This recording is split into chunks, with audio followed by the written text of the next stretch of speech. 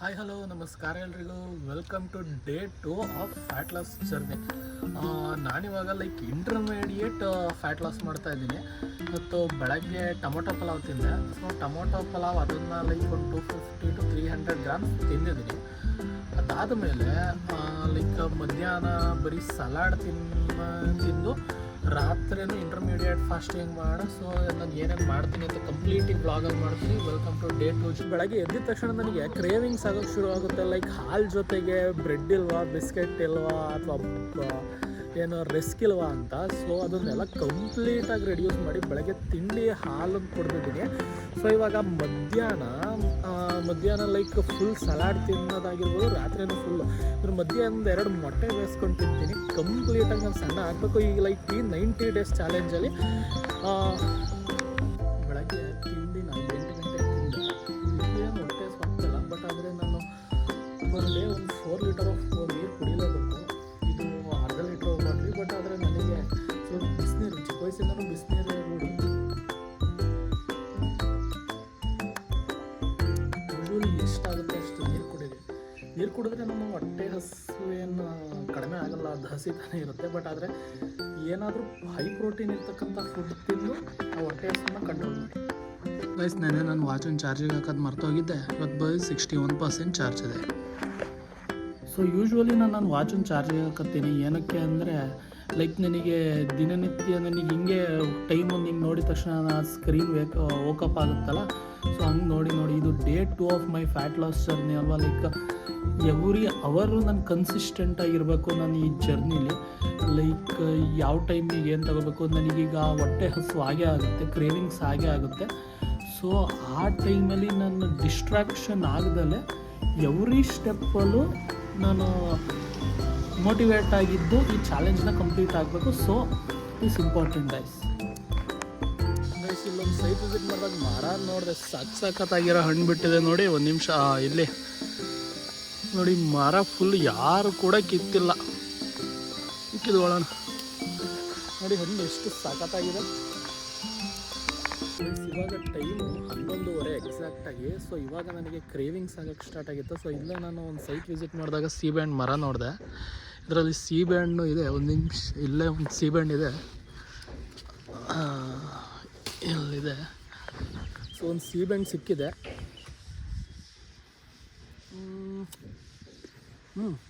ಹಣ್ಣೆ ನಾವು ನ್ಯಾಚುರಲ್ಲಾಗಿ ಏನು ತಿಂತೀವಿ ಅದರಿಂದ ನಮ್ಮ ಫ್ಯಾಟ್ ಕಡಿಮೆ ಆಗುತ್ತೆ ಹೊರತು ನಾವು ಹೊರಗಡೆ ಬೇಕ್ರಿ ಜಂಕ್ ಫುಡ್ಡಲ್ಲಿ ಏನು ಫ್ಯಾಟ್ ಲಾಸ್ ಆಗಲ್ಲ. ಅವನು ತಿನ್ನೋಣ ಗೈಸ್. ಒಂದು 5-6 ಸೀಬೆಹಣ್ಣು ಕಿತ್ಕೊಂಡೆ. ಟೈಮ್ ಒಂದು 11:30 ಆಗಿತ್ತಲ್ಲ. ಏನಾದರೂ ಕ್ರೇವಿಂಗ್ಸ್ ಆಗ್ತಾ ಅನ್ನಲ್ಲ, ತಿನ್ನಬೇಕು ಅನ್ನಿಸ್ತು. ಸೀಬೆಹಣ್ಣೆ ಸಿಕ್ತು. ನನಗೆ ನ್ಯಾಚುರಲಾಗಿ ಏನು ಸಿಗುತ್ತೆ ಅದನ್ನೇ ತಿಂದರೆ ಬಹಳ ಒಳ್ಳೆಯದು. ಇನ್ನೂ 11:30. ಮಧ್ಯಾಹ್ನ ನಾವು ಊಟದ ಕ್ವಾಂಟಿಟಿ ರೆಡ್ಯೂಸ್ ಮಾಡ್ಬೋದಲ್ಲ. ಸೀಬೆಹಣ್ಣು ಸಿಕ್ಕಿದೆ ಅಂತ ನೋಡೋಣ.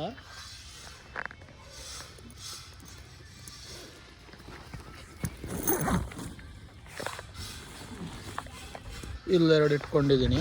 ಈ ಜಿಪ್ಪಲ್ಲಿ 2 ಇಟ್ಕೊಂಡಿದ್ದೀನಿ. ಒಂದು ನಿಮಿಷ, 1 2 3 ಟೋಟಲ್ 5 ಸಿಕ್ಕಿದೆ ಗೈಸ್. ಸಿಕ್ಕಿರೋದೆಲ್ಲ ದೊಡ್ಡದೆ, ಅದರಲ್ಲಿ ಒಂದು ನಾನು ತಿನ್ಕೊಂಡೆ ಗೈಸ್. ಇವಾಗ ಟೈಮ್ ಬಂದುಬಿಟ್ಟು 12:30. ಸೊ ಲೈಟಾಗಿ ಸ್ವಲ್ಪ ಹೊಟ್ಟೆ ಹಸಿಲಿಕ್ಕೆ ಶುರು ಆಗಿದೆ.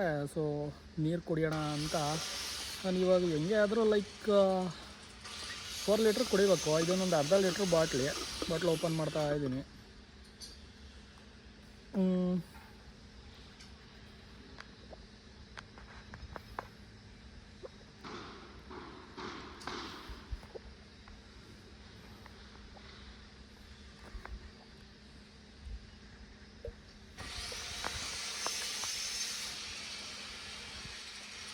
ನೀರು ಜಾಸ್ತಿ ಕುಡಿಯೋಕ್ಕಾಗಲ್ಲ ಗೈಸ್.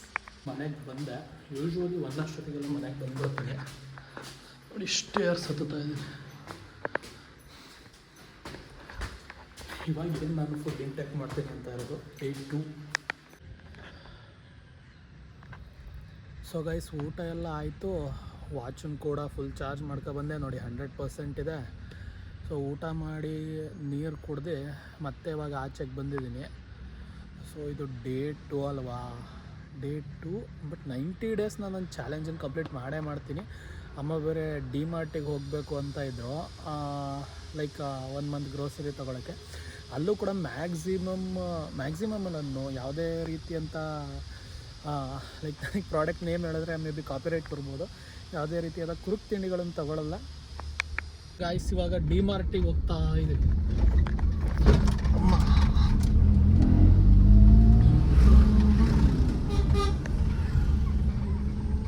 ನಮ್ಮ ಆಲ್ಟೋ ಕಾರಲ್ಲಿ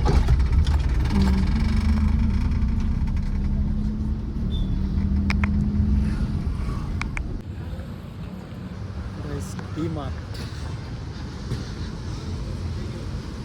ಇಲ್ಲಿ ವಿಡಿಯೋ ಮಾಡೋಂಗಿಲ್ಲ, ಸುಮ್ಮನೆ ನೋಡ್ಕೊಳ್ಳಿ.